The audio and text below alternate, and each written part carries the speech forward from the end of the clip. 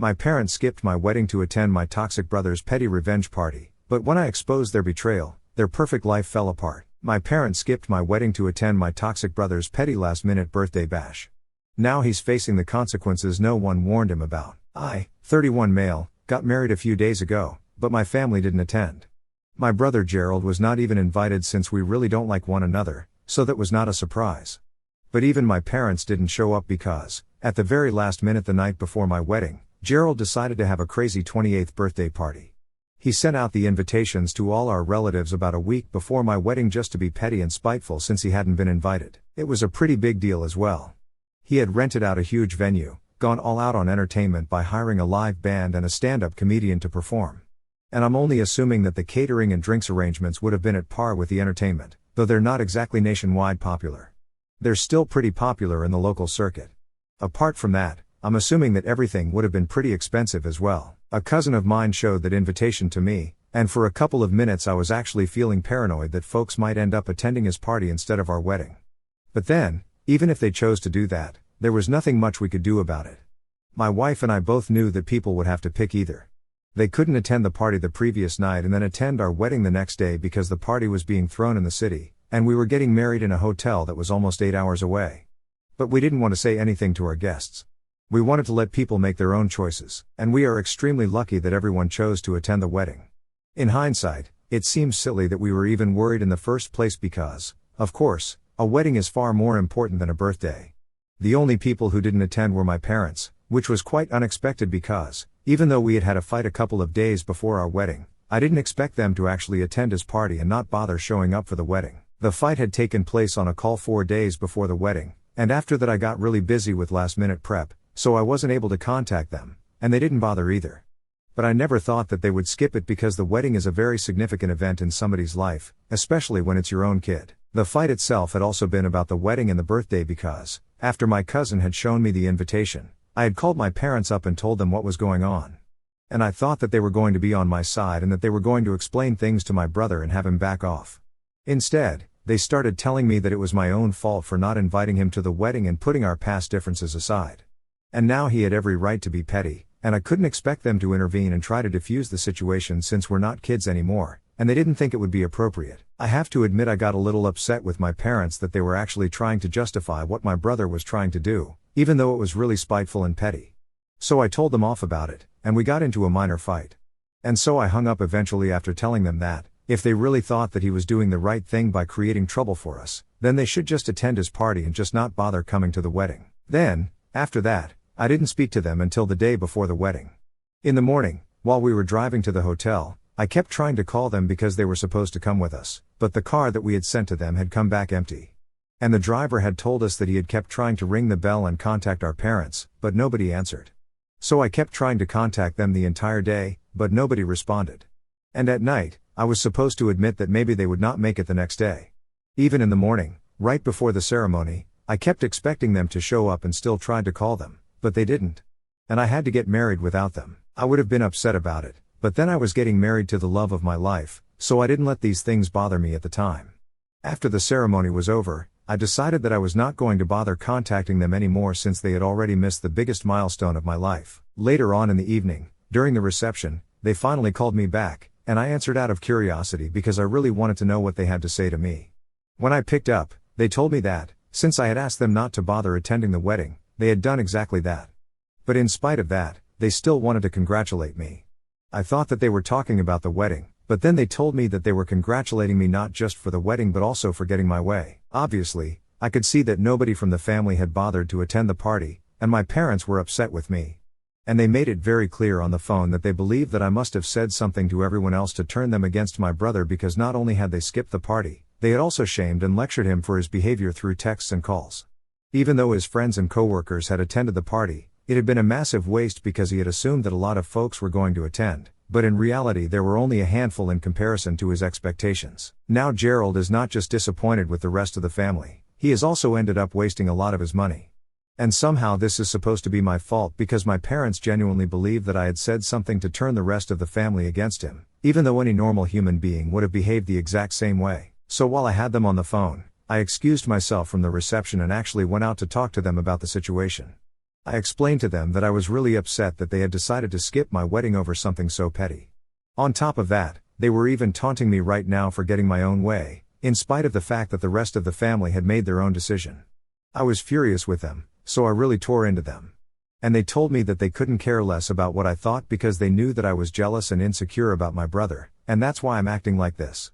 That was the last straw, so I just hung up and blocked them and decided to enjoy the rest of the evening without thinking about these people because I didn't want them to ruin the best day of my life. Now it's been a couple of days since the wedding, so I finally decided that I was going to put out a statement about what had happened because a lot of people had a lot of questions about why my parents had chosen to skip the wedding since they couldn't even imagine that they had chosen to attend Gerald's party. So I decided to send out a mail to all the guests explaining the entire situation in detail and telling them all about the party that my brother had thrown, the argument that my parents had with me, and what I had said to them about not bothering to show up at the wedding. And then I spoke to them about the argument that we had on the phone during the reception. Basically, I put everything out and didn't spare any detail, and now everybody is cutting them off, and yet again they're blaming me for it, saying that I'm going out of my way to create drama and be petty towards my family. And that might actually be the case. So Ida for talking about why exactly my parents did not attend my wedding in detail and turning the rest of the family against them. Edit. Alright, since a lot of you had a lot of questions about why exactly my brother and I don't get along well, there's no particular reason as such. Even when we were children, we were really not that close, but as we started growing up, we started getting even more distant. He always seemed to be a little jealous of me, constantly copying me and stuff, and it used to get on my nerves. So we started fighting. By the time we started high school, we really didn't like each other. Then I moved out for college and then I stayed for work, and I would visit home occasionally. But even on those visits, he would be totally insufferable. He would be taking potshots at me about my appearance, how much I earned, and things like that, and it used to really get on my nerves. So I just started ignoring him altogether because I knew that I would have to see him, and it didn't seem worth it to respond to him and pick fights. After a while, he realized that I was not going to give him the satisfaction and actually react to him, so we just stopped speaking to one another. And even when we would see each other at family gatherings, we would just ignore one another. So there really wasn't any particular incident that led us to behave like this. It was just situations that went sour over the years, and that's why we don't get along and I didn't invite him to the wedding. I don't think I did anything wrong. I don't even think that he was expecting to be invited, and if he was, then that would have been a pretty unreasonable expectation. As for my parents, they also know and they are well aware of exactly why I stopped speaking to him. And in the beginning, they tried to patch things up, but it didn't work, so eventually they gave up on it as well. But they had never been more in favor of him or me. As far as I can remember, they had always tried to be fair to both of us. And that's actually why I was all the more surprised at their reaction recently because it felt like they were being unreasonably biased towards him, and that had never happened before. Anyway, it is what it is. Can't help it now. It was good to be reassured that this is not my fault and I don't have anything to be sorry about. All the emails from my parents that had been flooding my inbox ever since I put out the truth to everybody else in the family have been deleted, and I have blocked them everywhere. So they can keep trying to make new accounts and get to me, but I'm not going to go back on what I had said about them. Besides, it's not even like I made anything up and started spewing obnoxious false crap about them.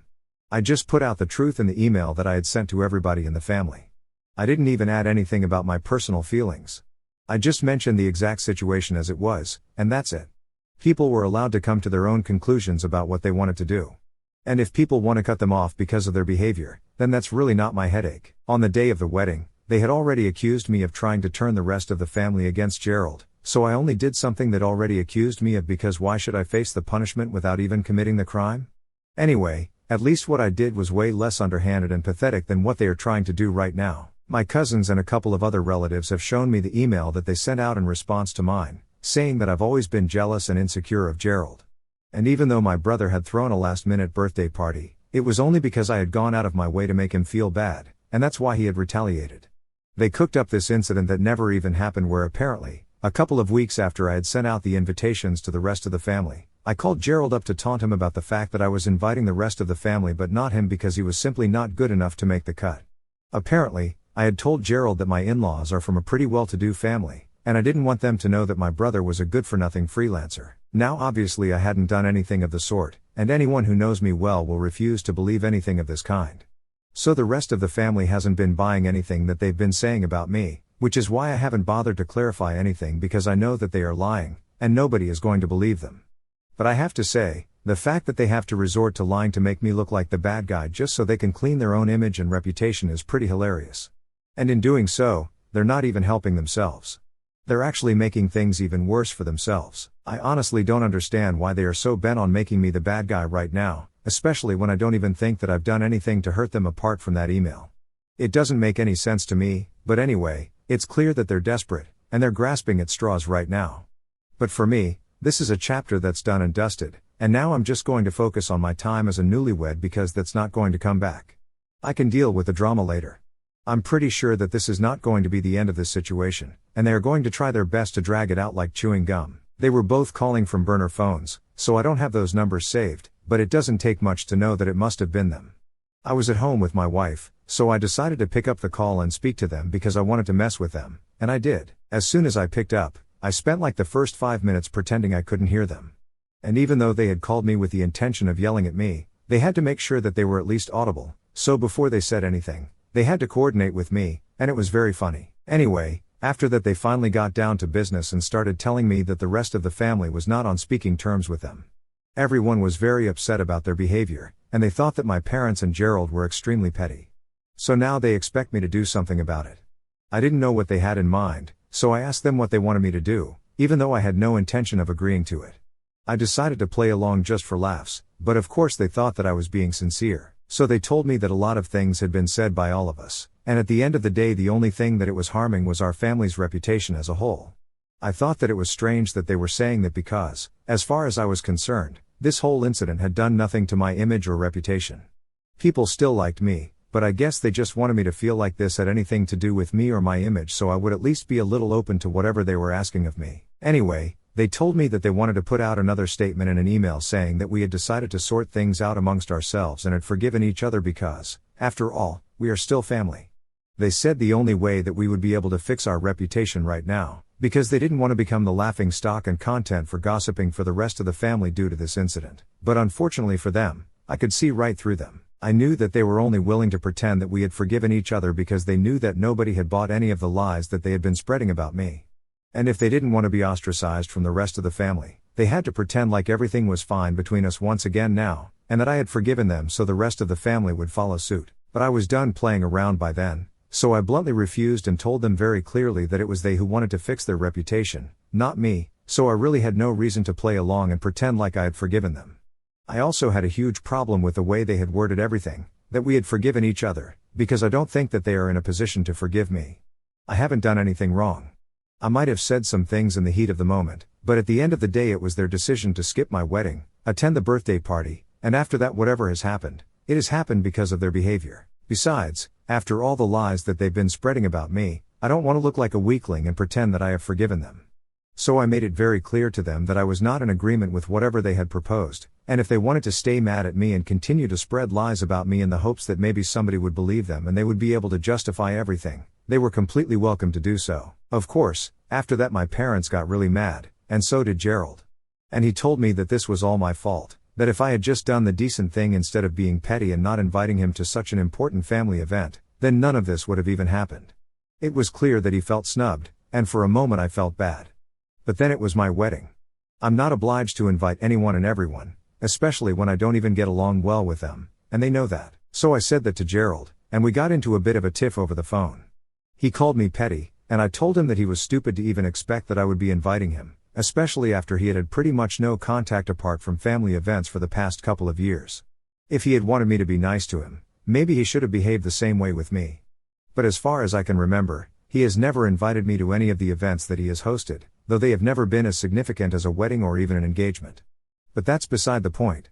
The point is that he is never being nice to me, so I don't see why he expected to be invited to the wedding. Anyway, after a while things just got too loud and annoying.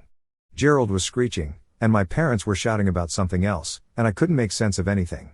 So I just hung up on them and I blocked those burner phone numbers as well. I wouldn't say that I totally regret it. I did have a bit of fun with them, but I have to say that if they call me again, I don't think I'll be picking up because, as entertaining as this was in the beginning, it got pretty taxing by the end, and I'm done. And when I checked, it was an unknown number, so I didn't pick up because I was pretty sure that it was either Gerald or one of my parents calling.